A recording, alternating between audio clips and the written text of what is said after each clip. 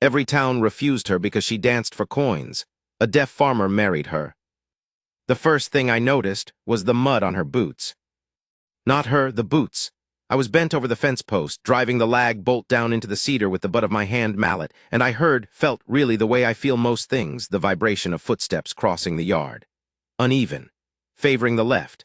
I straightened up slow, the way a man does when his back has put in 40 years of argument with the ground, and I looked over. She was standing just past the gate I hadn't latched. She hadn't opened it. She just pushed through where the latch hung loose, which told me she was used to finding the way in through whatever gap presented itself. The mud on her boots came up past the ankle on the right side. She'd stepped in the ditch at the road's edge, probably in the dark of the morning before the light got good. The rest of her was dry enough. She had a canvas bag over her shoulder, not big, and she was holding it with both hands the way people do when there isn't much in it, but they're afraid of losing what little that is. Her face when she looked at me was not asking. That was the thing. Most people who come to a strange farm asking something, work, water, a meal, they come in with the face already arranged into the asking. A kind of softness around the eyes, a smallness in the jaw. She wasn't doing that. She was looking at me straight on like she was sizing up the fence post and I happened to be standing next to it. I liked that. I don't know why I'm telling you that first, but I liked it. I pulled off my work glove and touched 2 fingers to my ear and then shook my head. That's what I do. It saves us both the trouble of the first 5 minutes. Some people, when I do that, get a look like they've stepped in something. Pity or embarrassment, or sometimes, and this is the kind that really burns, a sudden brightening, like I've given them permission to talk to me the way they'd talk to a child. She didn't do any of that. She reached into her coat pocket, it was late October, cold enough to see your breath, and she pulled out a folded piece of paper. She'd written on it already. That told me she'd been refused elsewhere. You don't arrive with the paper already written unless you've learned that the spoken word gets you nowhere with this man. She held it out flat, not handing it to me but showing it, so I could read it at arm's length. It said, I can work, I am not sick, I will not steal, I need 1 night in a barn. I read it twice, then I looked at her face again. There was a cut on her lower lip healed over some days ago, yellow at the edges now. Her coat was a man's coat, brown wool, 2 sizes large. Under it I could see the hem of something with color in it, red and yellow, the kind of fabric that's meant to move. A performer's skirt. She'd tried to tuck it under but it showed. I nodded, then I pointed at the fence post, then at the ground, then held up 5 fingers. She understood. 5 minutes. I finished driving the bolt, gathered my tools, and I walked her to the barn. I should tell you something about where I am, so you understand the thing I'm telling you. My name is Calhoun Marsh. I farm 312 acres in the eastern quarter of Garfield County, which is high desert country. Not the painted desert, not the canyon country, just flat, hard tableland that goes brown in August and pale in winter. And in spring, if the rain cooperates, turns a color of green that makes you forgive everything that came before it. I run winter wheat, and I keep a small herd of Herefords, and I have a kitchen garden that my wife Edith put in 22 years ago, and that I have maintained every year since she died, because I cannot bring myself to let it go to seed. Edith died of a fever in the spring of 1881. She was 34 years old. I have been alone since. I lost the hearing in my left ear at the age of 9, a fever of my own, the kind that burns for 10 days and leaves something behind when it finally quits. The right ear went slower through my 20s, the way a candle gutters rather than blows out. By the time I was 35, I had nothing in the usual sense. What I have is vibration and attention. I read the shape of a face better than most men read a newspaper. I read the ground through my boots. I feel the weather in the timber of the house before any sky signal shows it. I am not diminished by this, whatever my neighbors believe. I am different. There is a gap between those 2 things that most people never bother to cross. My neighbors are not unkind, exactly. They are busy, and I am inconvenient, and over the years inconvenience hardens into a kind of forgetting. They forget me at the church meetings where decisions get made. They forget me at the grain cooperative. They remember me when they need fence work done, or when a difficult animal needs handling, or when someone's well has gone sour, and they need the thing read by feel and patience rather than guesswork. Then they remember me fine. I do not hold this against them. I have my land, I have my tools.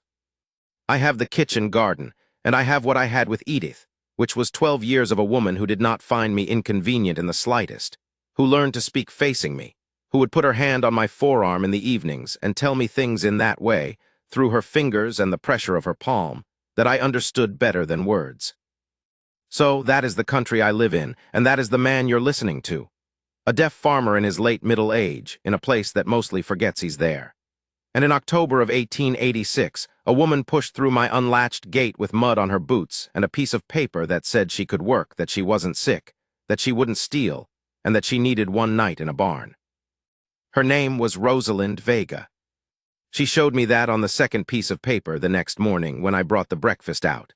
She'd slept in the barn, I'd put down fresh straw and left a lantern and a wool blanket, and she'd used all three and left them neat, and she was up before I was, which surprised me.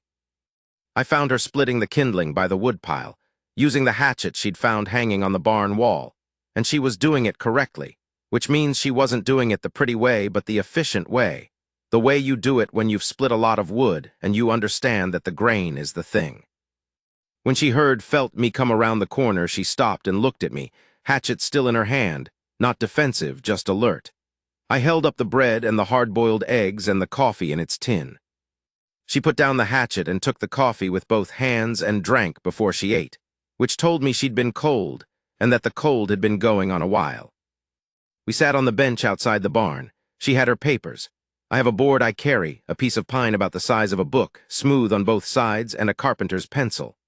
That's how I talk to people who don't know me.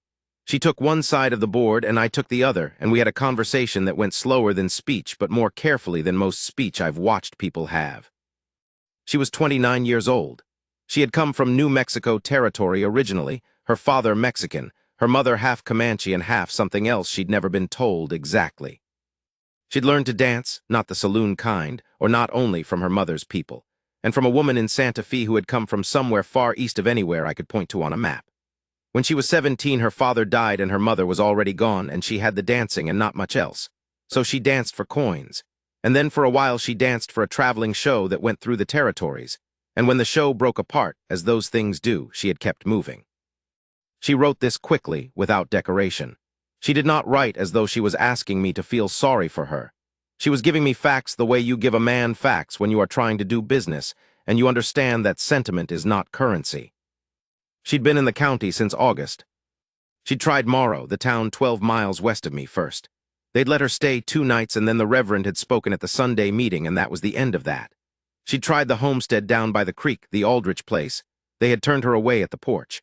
She'd tried the widow Foss, who I know is not unkind but is also terrified of what the Aldriches will say, and the widow had said no at the gate. There were others, 7 in all before she came to me. 7. I sat with that a moment. She was watching me while I read.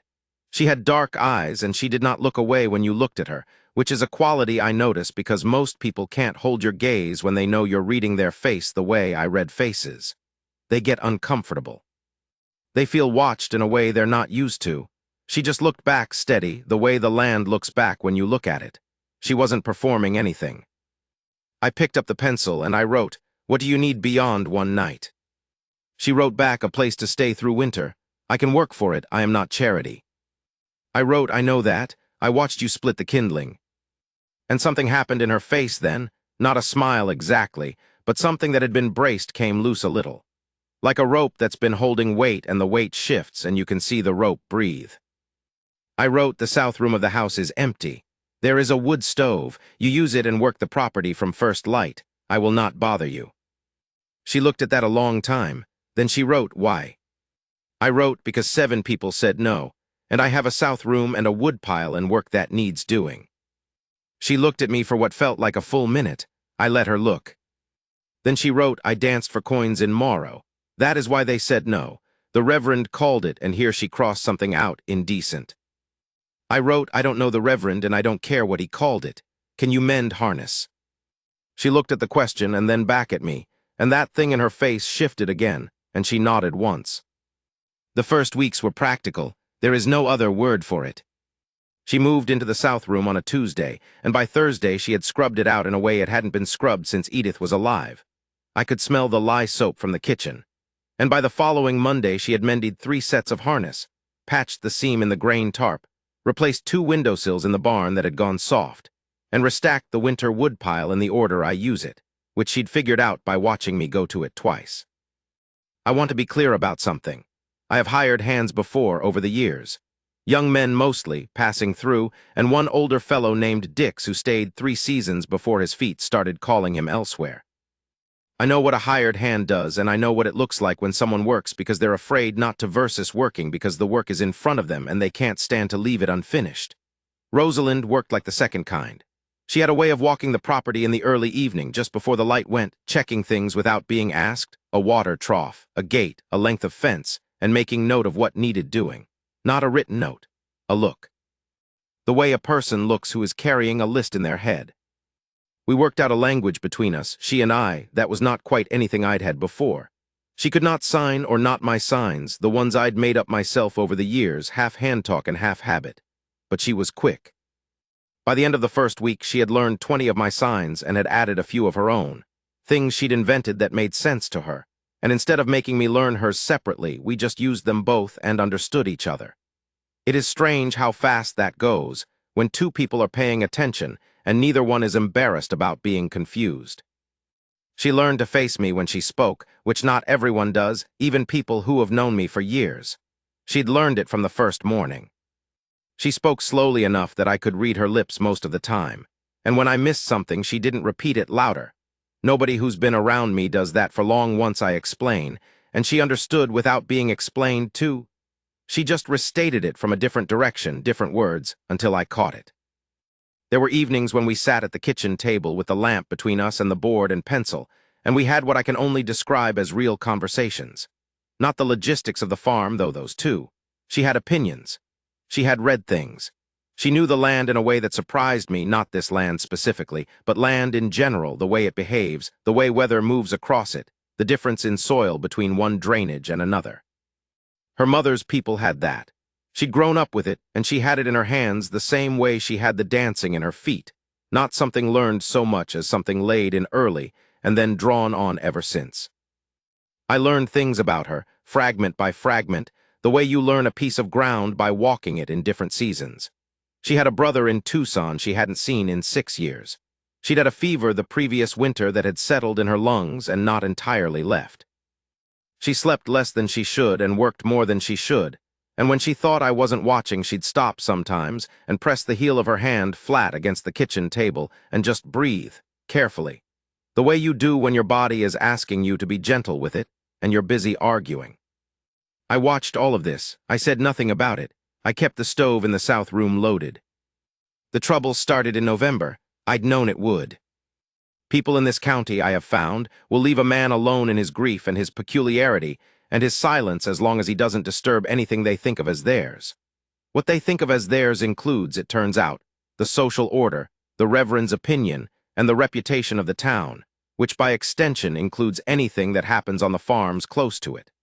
A deaf farmer keeping to himself disturbs nothing. A deaf farmer with a woman living in his south room who used to dance for coins in the town square, that disturbs something. Harlan Aldrich came first. He came on a Wednesday morning when Rosalind was out checking the water on the east field, and I was in the workshop grinding a plow blade. I felt the wagon before I saw it, the vibration through the floor, and I came out with the blade still in my hand, which was not intentional but which, looking back, was probably not unhelpful. Harlan Aldrich is a man built like a barn door, wide and flat and not complicated. He has 300 acres of good bottom ground and a wife who looks tired and sons who do what he says. He stood in my yard and spoke at me the way people do when they forget or don't care that I can't hear them, loud and sure that the loudness is somehow penetrating. I read what I could from his face and his hands, and the set of him, which was puffed up and certain in the way of a man who's already decided what he came to say. I handed him my board and pencil. He looked at it the way men like him look at things that require them to be slower than they plan to be. Then he took it. He wrote in big letters that pressed hard into the wood, "That woman needs to move on. She is not decent and people are talking." I read it. I handed the board back. He watched me with his eyebrows up, expecting something. Agreement, probably, or argument, or the deaf farmer's version of deference, which he'd been expecting from me for 30 years. I took the board back and I wrote, "She works for me. She does her work. Move along." He read it. His jaw went tight. He wrote again, I'm telling you for your own good. The Reverend is going to speak on Sunday. I wrote, I don't go to church. Which is true, and he knows it, and it apparently had not occurred to him that this was going to be a problem with his approach. He stood there for a moment with his face doing something complicated, and then he said something. I caught the shape of 2 words, my neighbor, from his lips, and then he got back in his wagon and left. I went back to the plow blade, but I was not as easy in my mind about it as I tried to look. I have lived on this land long enough to know that a man like Aldrich, once he has decided a thing is his business, does not undecide it. He goes to other men, and they go to other men, and what starts as one opinion becomes a weather front. I have seen it before. It is how the county works. It is how the county had worked against me for years, and I had lived on the edge of it, not harmed badly, not helped either, just rubbed against. And I had thought for a long time that this was something I'd accepted. Sitting in my workshop with the plow blade cooling and the afternoon going gray outside the window, I found that I had not, in fact, accepted it. Not entirely. And I found that I was angrier about what was being said about Rosalind than I'd ever been about what was said about me. That surprised me enough that I sat still for a while. She knew, of course she knew. She'd seen Aldrich's wagon in the yard from the east field. That evening she wrote on the board, "How much trouble am I making you?" I wrote, "None you didn't already find yourself from the sound of it. You said 7 people. She wrote, "You are not like those 7 people. You have something to lose." They had nothing to lose from saying no to me. I thought about that, then I wrote, "What do I have to lose?" She looked at me for a moment and then wrote carefully, "Your standing, your peace with your neighbors, maybe your seat at the grain cooperative. These things matter on a farm. I know they matter. I have been watching farms long enough." I read that twice, then I wrote, "Do you want to leave?" A long pause. She was looking at the board, not at me. She wrote, "No." I wrote, "Then stop worrying about my standing. I've been standing alone on this ground for a long time. I know what it holds." She looked up at me then. She held the look the way she did sometimes, not performing anything, not asking anything, just looking, taking account of me the way you take account of a fence line before you decide whether it will hold the winter. Then she wrote one more thing. "I don't want you to suffer for being decent to me." And I wrote back, and I meant it. Being decent is not suffering. It is the only thing I am certain of anymore. She read it, she sat with it. After a while she got up and heated the coffee and poured 2 cups and put one in front of me without asking, and we sat there at the lamplit table with the cold pressing at the windows, and neither of us wrote anything more. November moved the way November does in high desert country, not the snow of the mountains, nothing dramatic, but a cold that sits on the land and doesn't negotiate. The grass goes hard. The mud in the yard freezes solid by midnight and softens an hour after noon and then freezes again. The cattle stand with their backs to whatever the wind decides to be and breathe clouds. Rosalind had that cough I'd noticed since the first week, and in the cold it worsened. Not dangerously, not yet, but she was up in the nights. I could tell because the stovepipe from the south room ran adjacent to my bedroom wall, and I could feel it, the vibration of its heat shifting, when the stove was stoked in the middle of the night. She was stoking it at 2 in the morning and sometimes again at 4. I said nothing. I doubled the wood I left outside her door. She danced some mornings.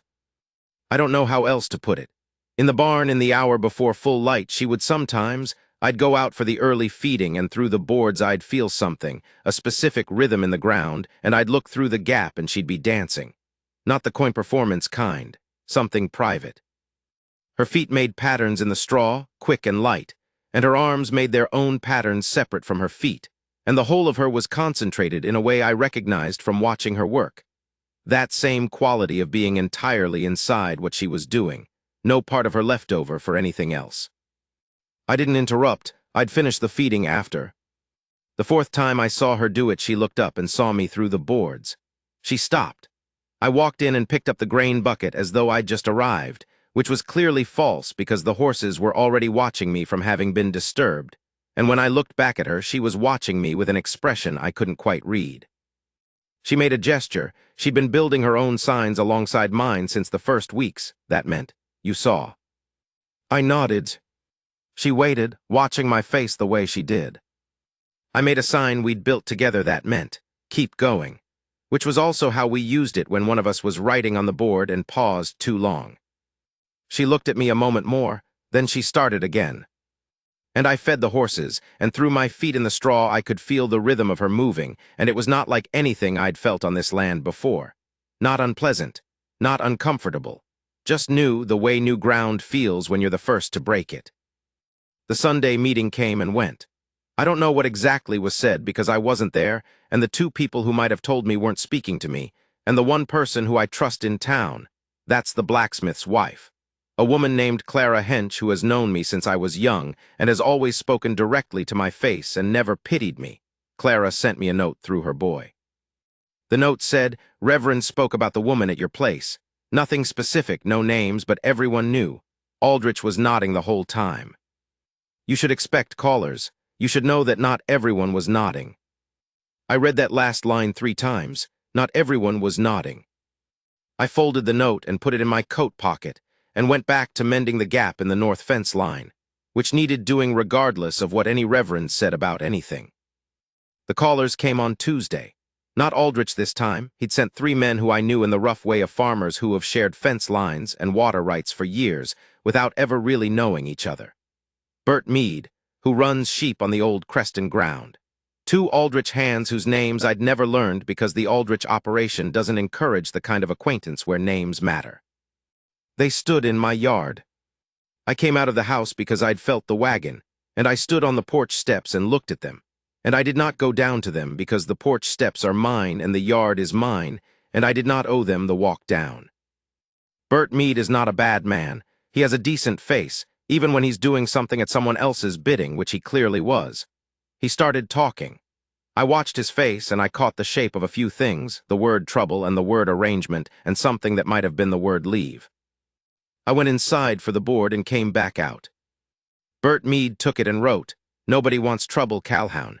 But this situation is causing talk, and we think it would be better all around if the woman moved on in the spring. No need for anything before that. Just agree she'll go in spring." I read it. I handed the board back. I wrote, "Agree to what exactly? She works for me.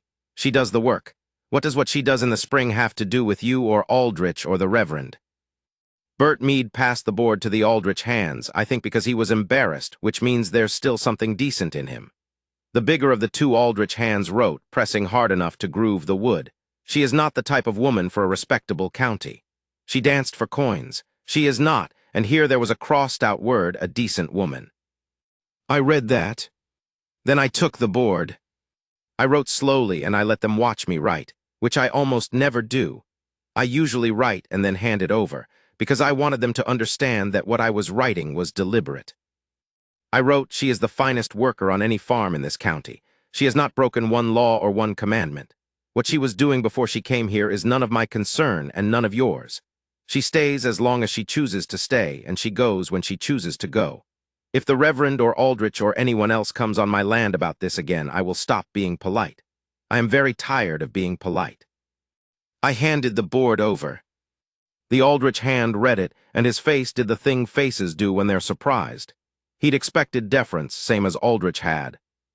The deaf farmer, the odd one, the one everyone is decent enough to and no more, they'd expected he would fold because they thought his aloneness was the same as weakness.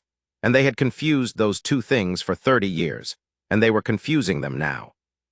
Bert Meade read it last. He looked up at me. His face was complicated, not angry, something more conflicted than anger. He handed the board back and he said something, slow enough that I caught it.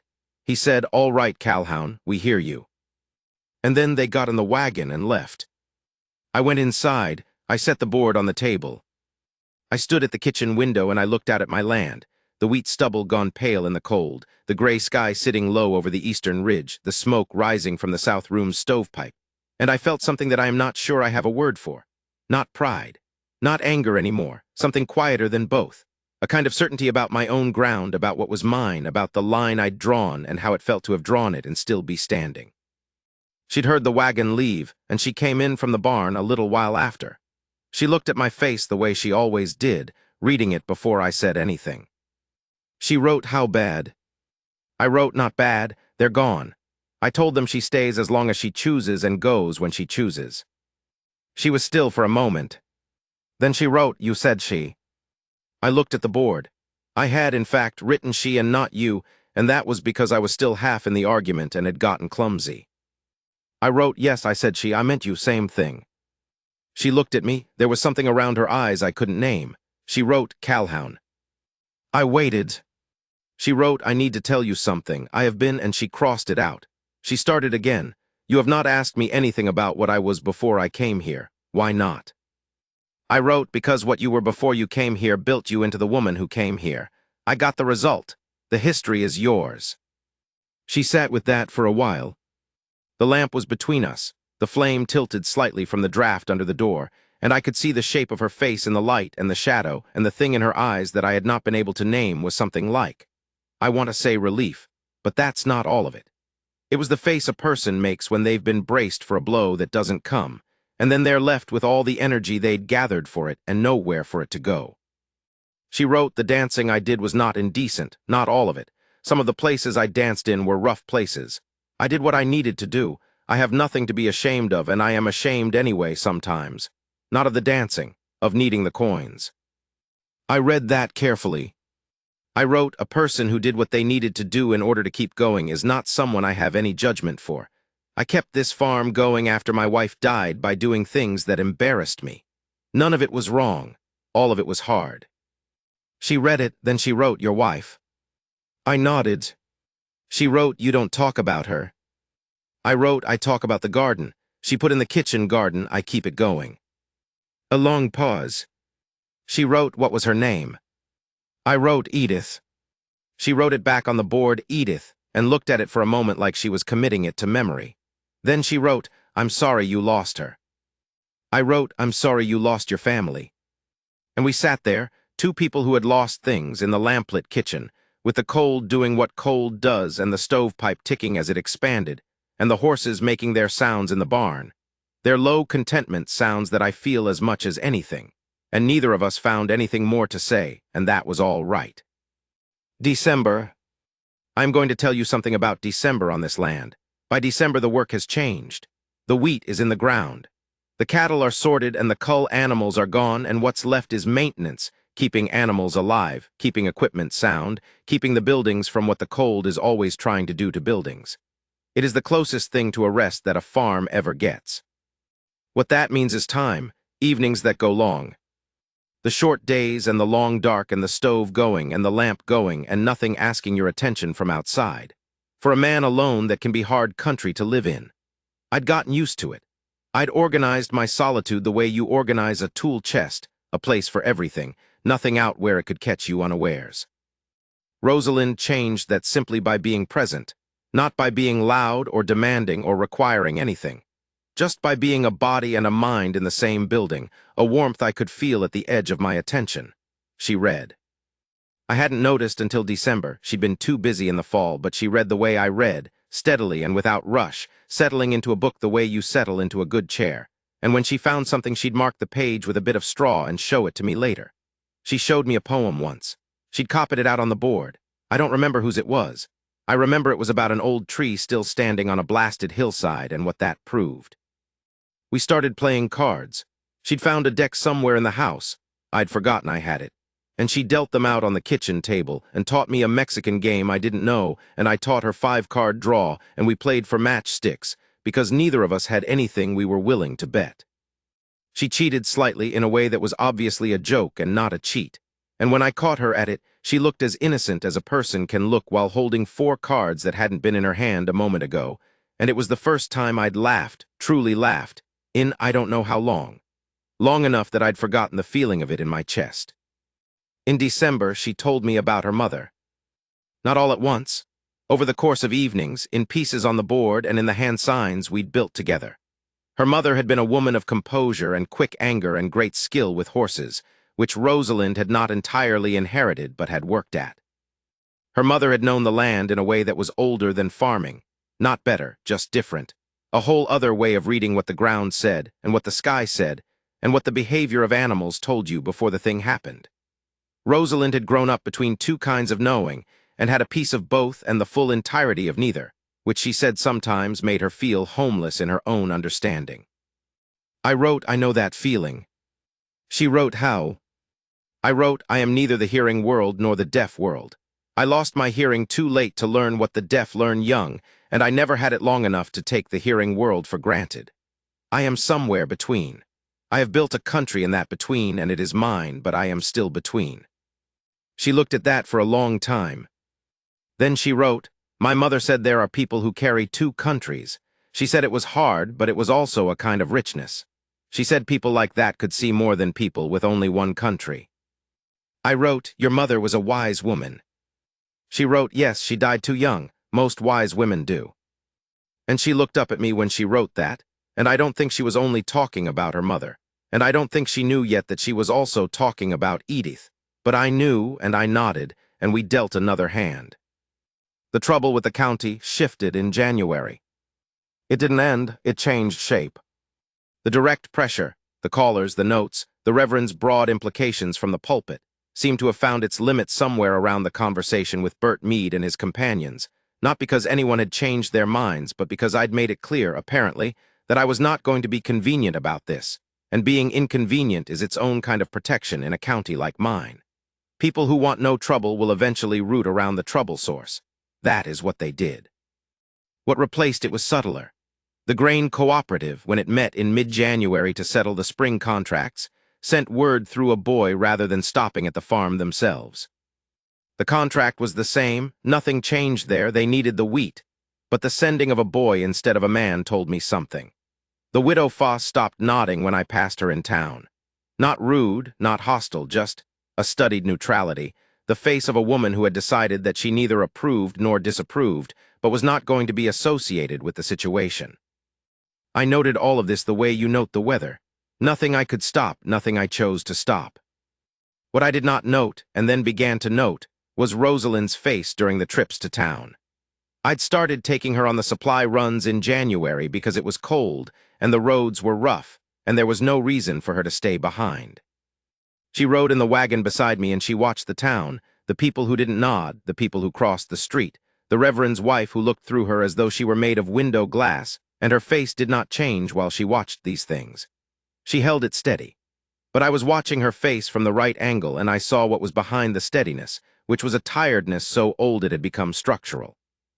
The tiredness of a woman who has been refused enough times that the refusals have built themselves into the walls of her, and now she carries them whether she wants to or not. I drove home, and I did not say anything about it until we were back at the farm and unloaded, and then I wrote on the board, "How long have you been carrying that?" She read it and looked up. She wrote, "Which part?" I wrote all of it, what I saw on your face in town. She was quiet for a moment, long enough that I thought she was going to turn it aside.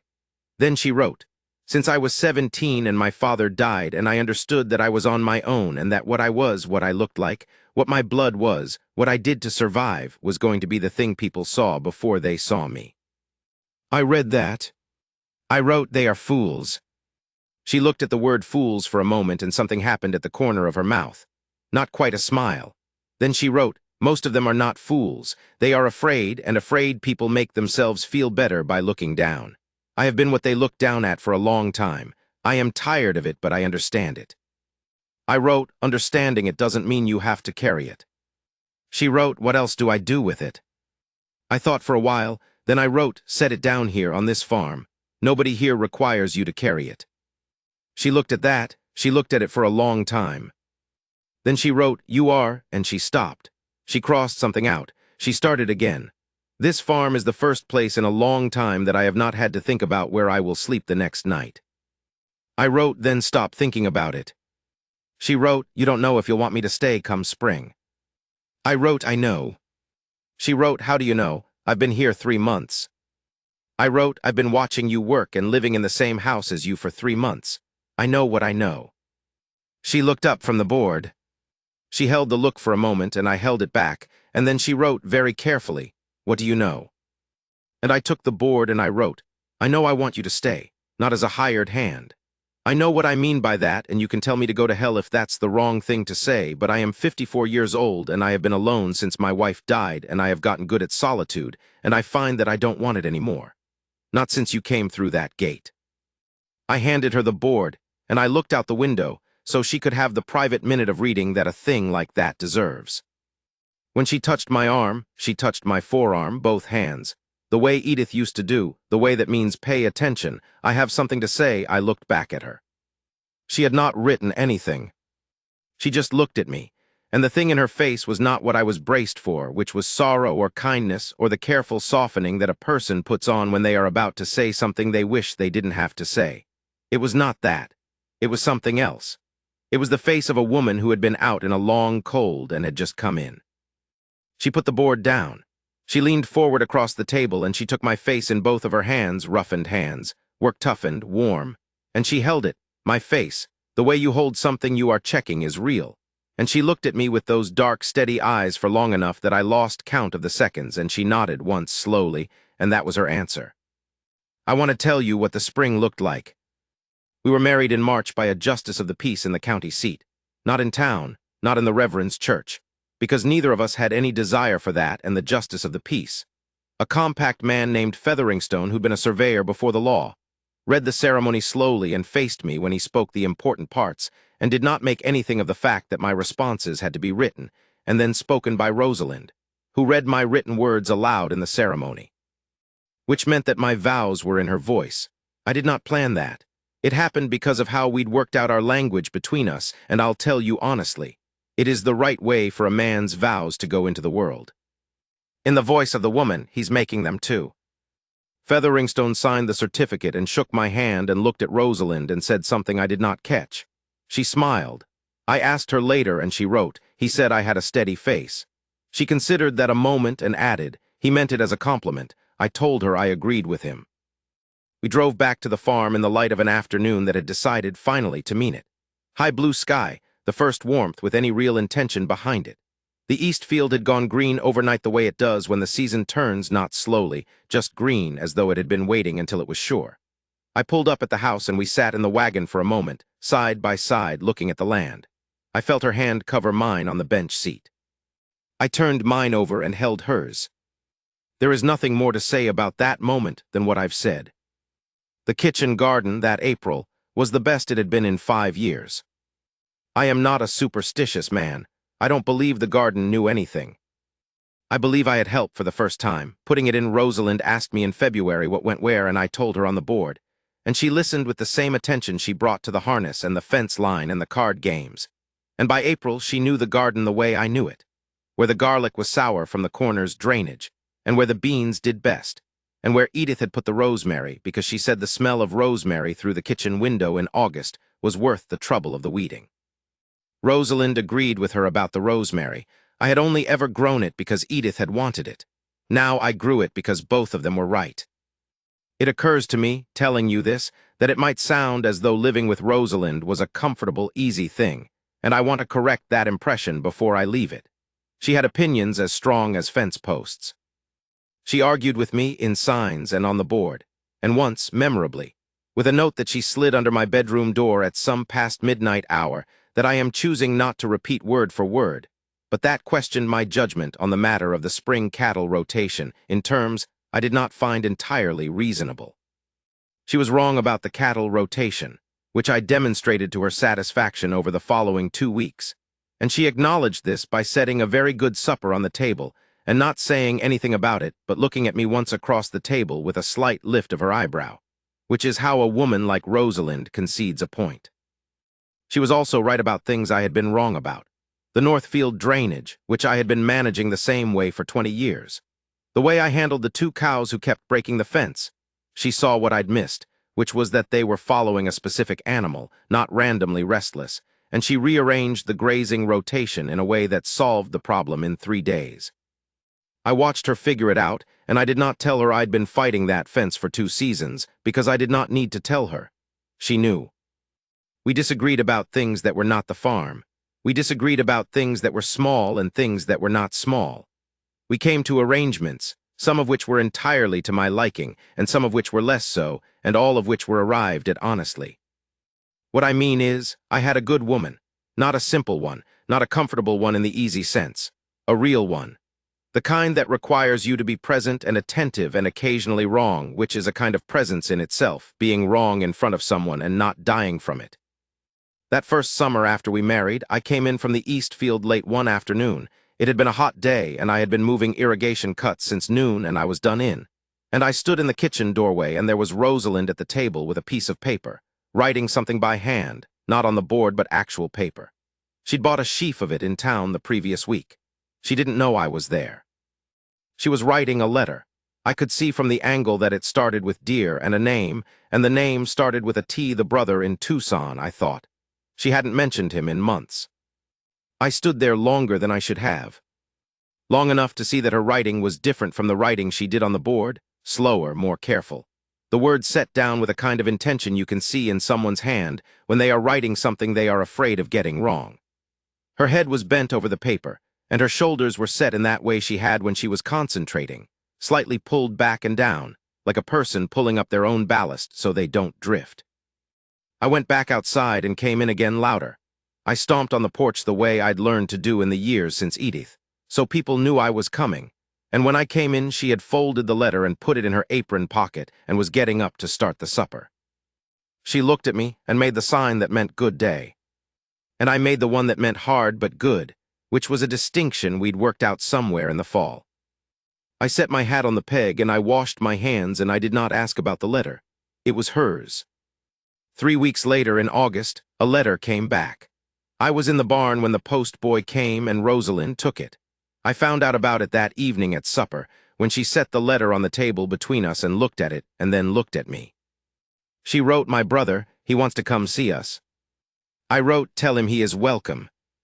She looked at me for a moment. She wrote, "He knows about the farm, he knows about you, he wants to meet you." I wrote, and she wrote, she paused. She crossed something out. He has spent 6 years thinking of me as someone he failed by losing track of. He will come here and find me married to a deaf farmer, and he will need to know what to make of that. I wrote, "What will you tell him?" She wrote, "I will tell him that I ended up on a farm where someone thought I was worth the trouble when 7 other people didn't. That is all he needs to know." I wrote, "That is all anyone needs to know." She folded the letter and looked at me. The lamp was between us, same as it had always been, and her face in it was the face I knew now, not perfectly, not without shadow, because real faces aren't without shadow, but known. Mine to read. The steadiness in it and the tiredness in it, and below that, deeper. Something that had not been there in October when she'd come through the gate with her paper already written, and her canvas bag held in both hands, and her mud-caked boots. Something settled, something that had been braced so long it had forgotten it was bracing. I reached across the table and put my hand on hers, just that, flat on the table, my hand over hers. She turned her hand over, the same as I had done on the bench seat the day we drove back from Featheringstone's in the March light. Palm to palm, and she held on. The brother came in September.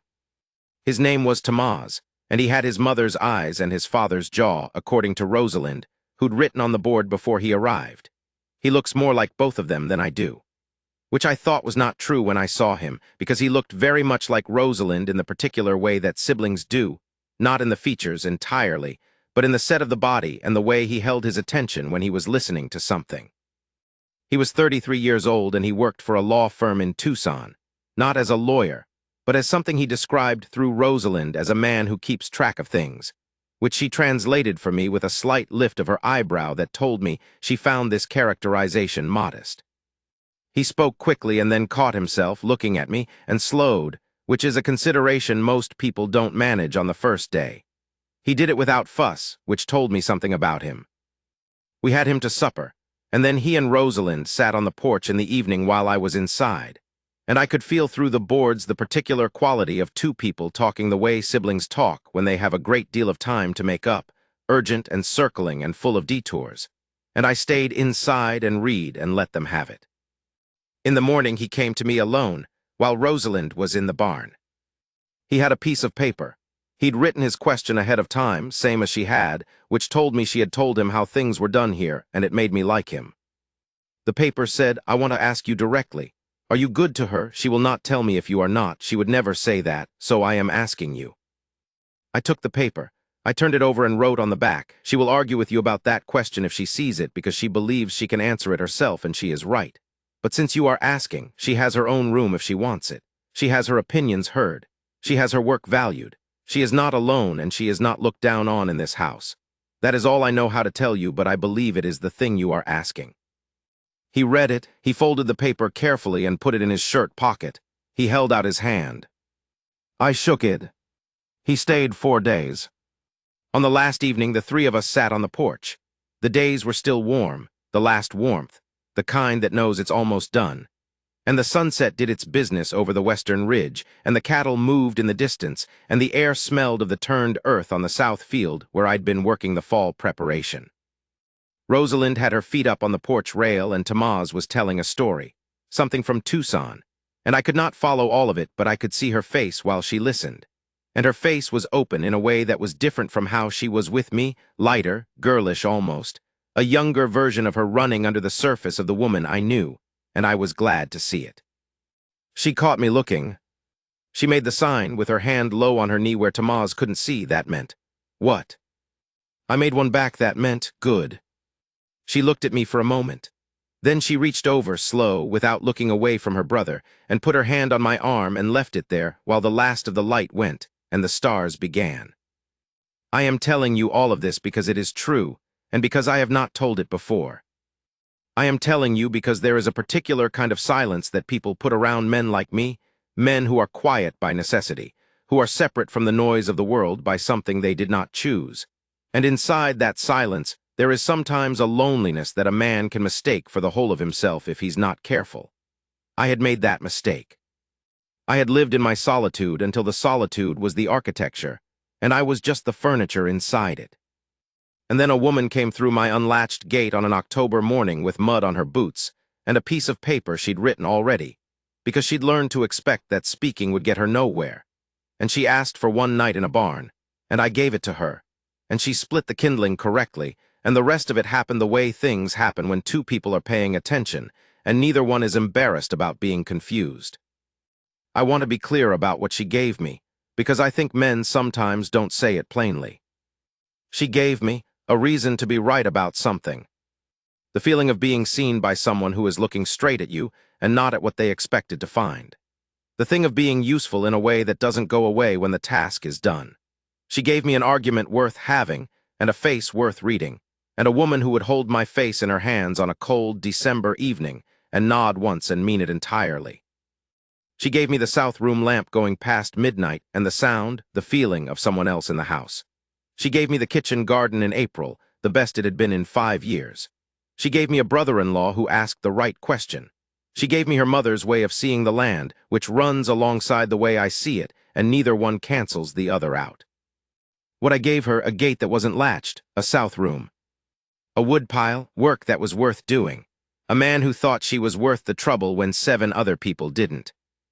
I did not have to be extraordinary to do that. I had to be present and stubborn and to know what I knew. 7 people said no. I have thought about that a long time. 7 decent people, by their own lights, who looked at a woman who had traveled and survived and danced for coins and carried 2 countries in her blood, and who decided she was not the type of person they wanted in their county. And they were wrong. Not wrong about what she'd done it. She'd danced for coins. She'd survived as she needed to survive, but wrong about what it meant, and wrong about what kind of woman it had built. I did not save her. She was not in need of saving in the way that word usually means.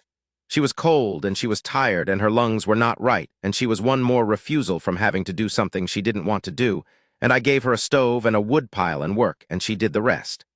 What she did with the farm, with the winter, with the spring, what she did with me, if I'm honest, that was hers. I was just the gate that was unlatched. Though I'll tell you this, I have relatched that gate since, have kept it properly latched for 12 years now, oiled and sound, because a farm that wants to be taken care of should show it in the gates. She is the one who oiled it, first time. October the 2nd year without being asked, without saying anything about it.